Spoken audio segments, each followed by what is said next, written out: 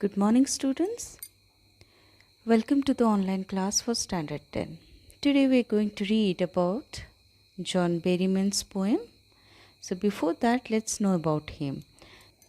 He was a famous American poet and scholar, and his famous, best known work is The Dream Songs.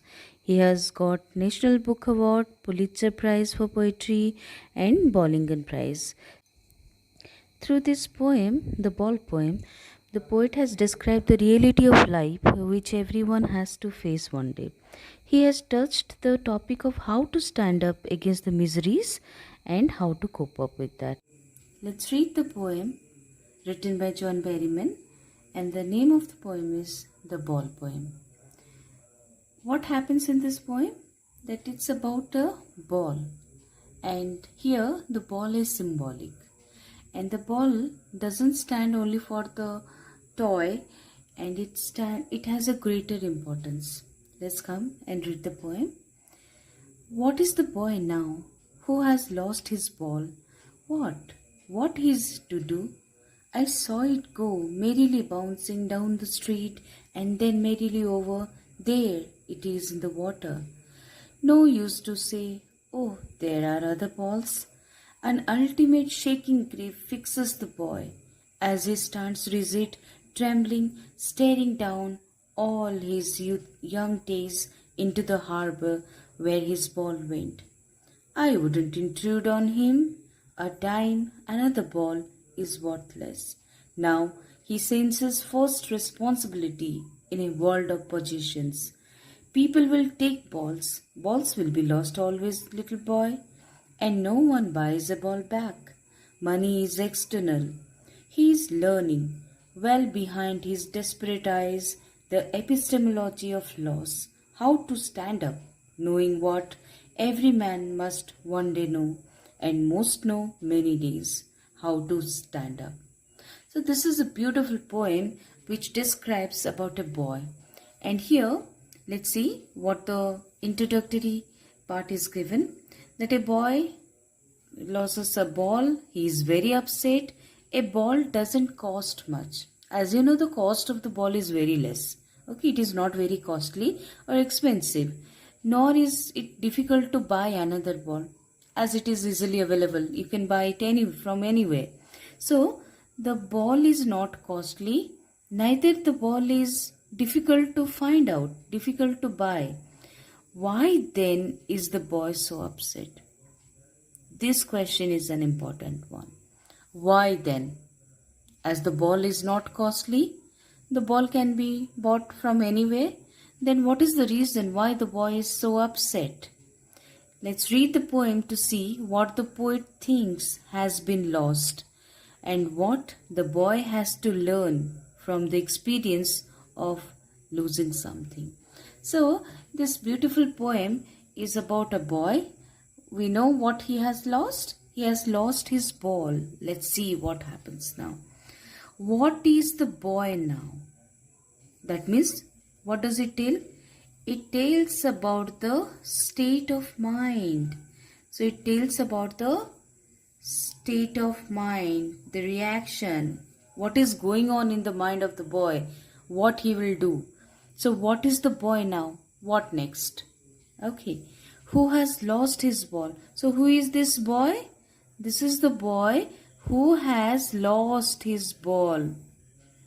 What? What is he to do? So, now what will he do? So, the poet here is asking that he saw a boy. I saw it go merrily bouncing down the street and then merrily over. There it is in the water. So in these lines, the poet wants to say that he saw a boy, perhaps from a distant place. So he was far away and he looked at a boy, and the boy is standing. And what happened to him? He has lost his ball. And the poet is thinking, what is he going to do now? What now? What is he to do? And what the poet saw here? I saw it. It refers to the ball. Go merrily bouncing down the street and then merrily over. There. Where it is now? It is in the water. Okay, so what the poet saw? He saw the ball. It here refers to the ball, and merrily means happily. The ball bounced happily and then it went down the street. From the street it came, and then from where it went? It went to the water. So perhaps the boy is standing somewhere near the water body. This water could be any river, it could be a sea, it could be a lake, could be maybe. So this water body is there, and the ball, it was bounced and merrily, happily it rolled from the streets, and now it came to the, so from the streets it came now to the water. Okay, so here the ball is personified. The first literary device is personi. You can write on personification. So here what is personified? The ball, that merrily, happily it is going. So first one is your personification. The ball has been personified here. Just like somebody jumps. Bounce means jumping. Just like you jump when you are happy. Happily you jump. Similarly the ball jumped. It bounced and came from the street and directly it went to the water. No use to say, oh, there are other balls. So the poet is telling here in this line, so there is no use to say, because the boy is very upset. So it is useless, it is worthless to say him that this loss is not important enough to worry about. Don't worry. So the poet wanted to say him, but he says it is useless now. So it is of no use to tell the boy that there are other balls. Why are you worried about this ball, particular ball? So, there are other balls. It is of useless to say to him that there is no use to tell him that don't worry, there are other balls. Because, what is the reason? This one. An ultimate shaking grief. Grief means sorrow. Okay. Fixes the body. As he stands rigid, trembling, staring down all his young days into the harbor where his ball went. So why he is so sad? Because of the ball. So the poet is telling there is no use to say him that don't worry, there are other balls, you can play with them. But it created a grief in the body. He was so sad. There was an ultimate shaking. Okay, final. Ultimate means final. Shaking grief fixes the body. Now his hair has become like a statue. And he stands rigid. He is stiff. He is fixed and trembling. Why he is trembling? He's trembling because of the sorrow. And what he is staring down? Staring down. What staring means to look. So where he is staring down? He is looking at this water. The water from where it has, from where he could see his ball maybe sinking down. So staring down all his young days into the harbor. Harbor means a port. Okay, where the ships are kept. So all his young days. Young days refers to his memories of the childhood. All the memories of his childhood. What happened now? It all went into the water. With the ball, the memories attached with this ball, it all went into the harbor where his ball went. Means all his childhood memories along with the ball went into the water and it drowned there. A dime, another ball. I wouldn't intrude on him. So here I refers to the poet. The poet is telling that I will not intrude. The boy is standing. You can see here. What is the boy now? Who has lost his ball? What is he to do? So the boy is standing there rigid and looking at the water where he lost his ball. And now he says, the poet is telling that I would not intrude on him, that I will not go near him because I am not welcome, because I don't want to interfere in the thoughts of the boy. So the poet is telling that I would not intrude on him. Intrude means to interfere, to enter into a situation where one is not welcome. So he is not welcome. The boy may not like him, may not like he is interfering in his matter, because the boy is lost in his thoughts. He is deeply saddened. A dime, another ball is worthless. Dime means the 10-cent coin. Okay, it's very cheap, you can say. It's not a very big amount of money. So a money, here another ball, whatever, if I will offer him that I am giving you money to buy another ball, or I will give him another ball, it will be worthless, because the boy may not like it. Money and the ball are worthless for him. Now he senses forced responsibility in a world of possessions. In a world of possessions means this world where material things are important. The people are after the material things. So this is the world of possessions. Here possessions can be material things. It can be some relationships. Okay, so people are after all these material things, and now the boy senses forced responsibility. It is for the first time the boy has lost something, and it is for the first time he has understood the responsibility. So he senses forced responsibility in a world of possession. So the boy is standing there and thinking, and perhaps he is learning his first lessons to be responsible, to accept the truth. And so the poet doesn't want to intrude on him. The poet doesn't want to go and interfere in his matter. So he is looking and watching him from outside. And what he says, that people will take balls. Balls will be lost always, little boy, and no one buys a ball back. Here the poet wants to say that people will take balls. Balls here is symbolic of the material things, that people will buy them. They will be lost always, because nothing is permanent. So we will lose the loved ones, the loved things. So it will not be here with us for always. And no one buys a ball back. So the thing which has been lost, so we can't buy them. So the memories can't be bought. And that is the reason why the poet is saying here that money is external. So these are the important lines. Why money is external? Because it can't buy the memories attached to the ball. Okay, the feelings, the emotions which are attached to the ball, it won't be bought by the money. The money can buy everything. It can buy another ball. But that ball cannot replace the lost ball, his favorite one.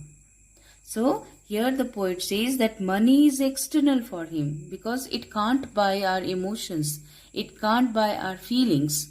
Okay, memories can't be bought by the money. He is learning. And what he is learning? He is learning. How could the poet say that he is learning? Well, behind his desperate eyes. So from this he understood that the boy is learning something. And what is he learning? He is learning the epistemology of loss. He is learning to cope up, how to adjust with the situation, how to face the problems. He is learning. Epistemology means that understanding the nature of loss. This word means knowledge.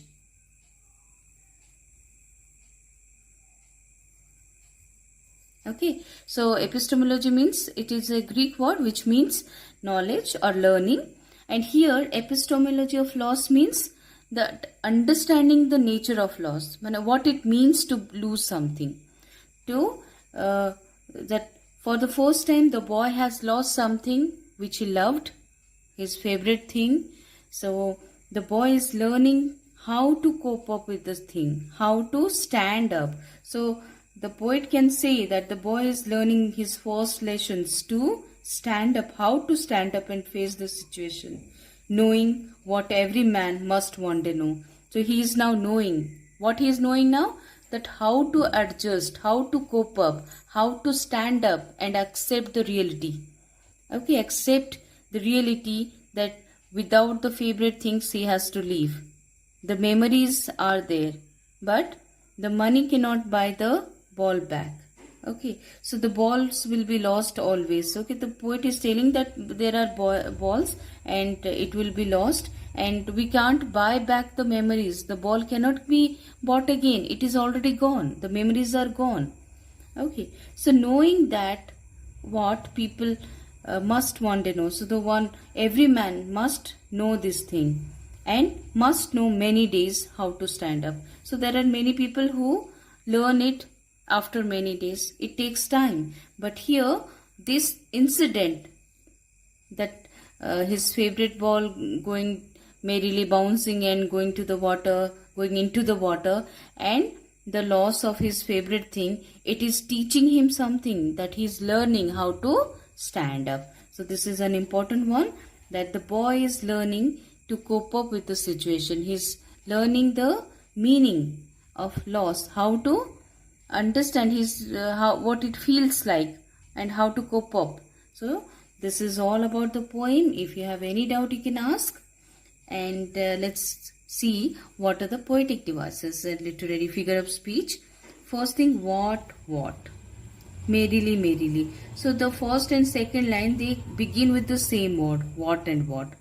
And merrily, bouncing merrily over. The second and third and fourth line, they also begin with the same word. So it is called anaphora. Okay, when there is repetition of the same word in the beginning of the lines, it's called anaphora. So first line begins with what? The second also begins with what? And merrily, both the lines, they begin with the same word. So it is the repetition of the same word in the you can see subsequent lines. So that is called anaphora. And there is the repetition. What is repeated here? The word what is repeated several times, and there is the ball here, balls. Okay, so repetition means repetition of some words, okay, in the lines. And then you will have this buys, a ball, back, be. So alliteration, repetition of the consonant sound, alliteration. So where you will find it? Buys a ball back. Okay, what else is there?